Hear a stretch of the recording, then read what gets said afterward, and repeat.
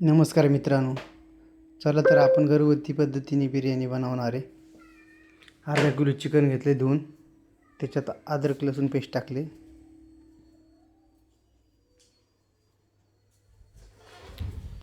त्याच्यामध्ये आपण आहे ना थोडं दही टाकून घेऊ.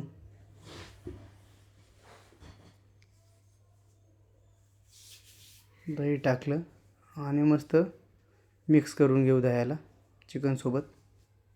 आणि हा सवयी चिकन बिर्याणी मसाले मित्रांनो, ह्याच्यात खडा मसाला असतो आणि चवीला पण चांगला असतो हा मसाला.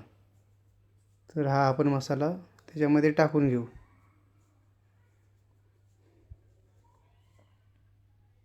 आणि मसाला मस्त मिक्स करून घेऊ आणि मॅरिनेटीसाठी ठेवून घेऊ. साईडला कांदा टाकला भाजायला. मस्त कांदा ब्राऊन भाजून घेऊ. आणि एक साईडला आपण पाणी उकळायला ठेवलेले आहेत. तर अर्धा किलो इंद्रायणी राईस घेतला आहे, तो राईस त्याच्यामध्ये आपण टाकून घेऊ.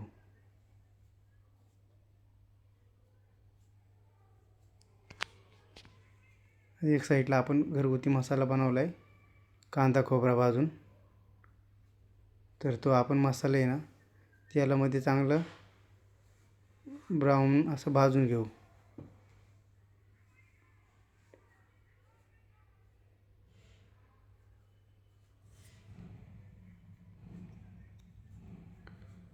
आणि एक साईडला बघा आपण भात शिजायला लावला आहे. थोडा शिजत आला आहे आणि आपण या मसाल्यामध्ये घरगुती मसाले ॲड करून घेऊ.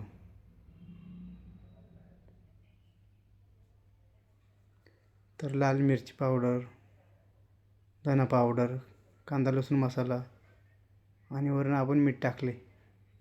तर बघा कसं ते काळसर मसाला भाजून घेतला आहे. आणि मॅरिनेट केलेलं चिकन आहे ना आपण ते आता मसाल्यात टाकून घेऊ. मस्त हलवून त्याला 5 मिनटं आपण चांगलं शिजायला ठेवू.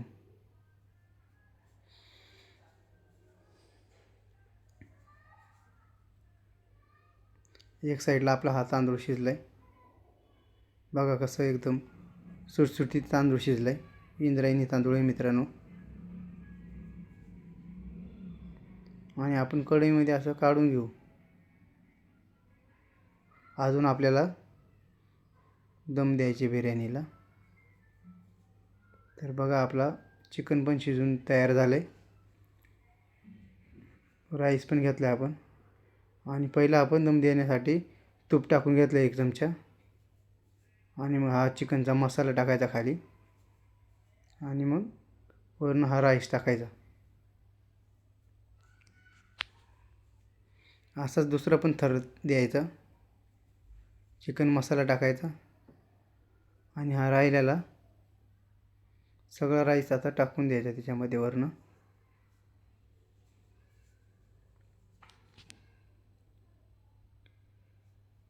आणि हा चिकनचा राहिला आपला हा कोथिंबीर, पुदिना आणि हा कांदा टाकायचा वरून. आणि नंतर हा राहिलेला मसाला आहे ना मसाला वरून टाकून घ्यायचा. आणि 2 चमचे तूप टाकून घ्यायचं. तुपाने कसं चांगला वास येतो बिर्याणीचा.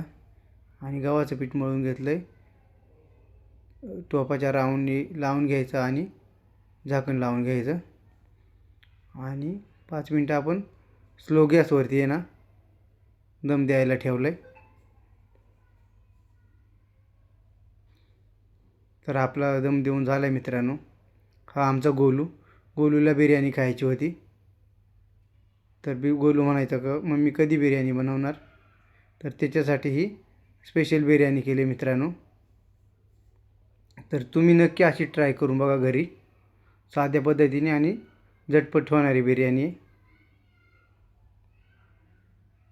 तर आपल्या व्हिडिओवर नवीन असाल तर लाईक, सबस्क्राईब आणि शेअर करायला विसरू नका मित्रांनो.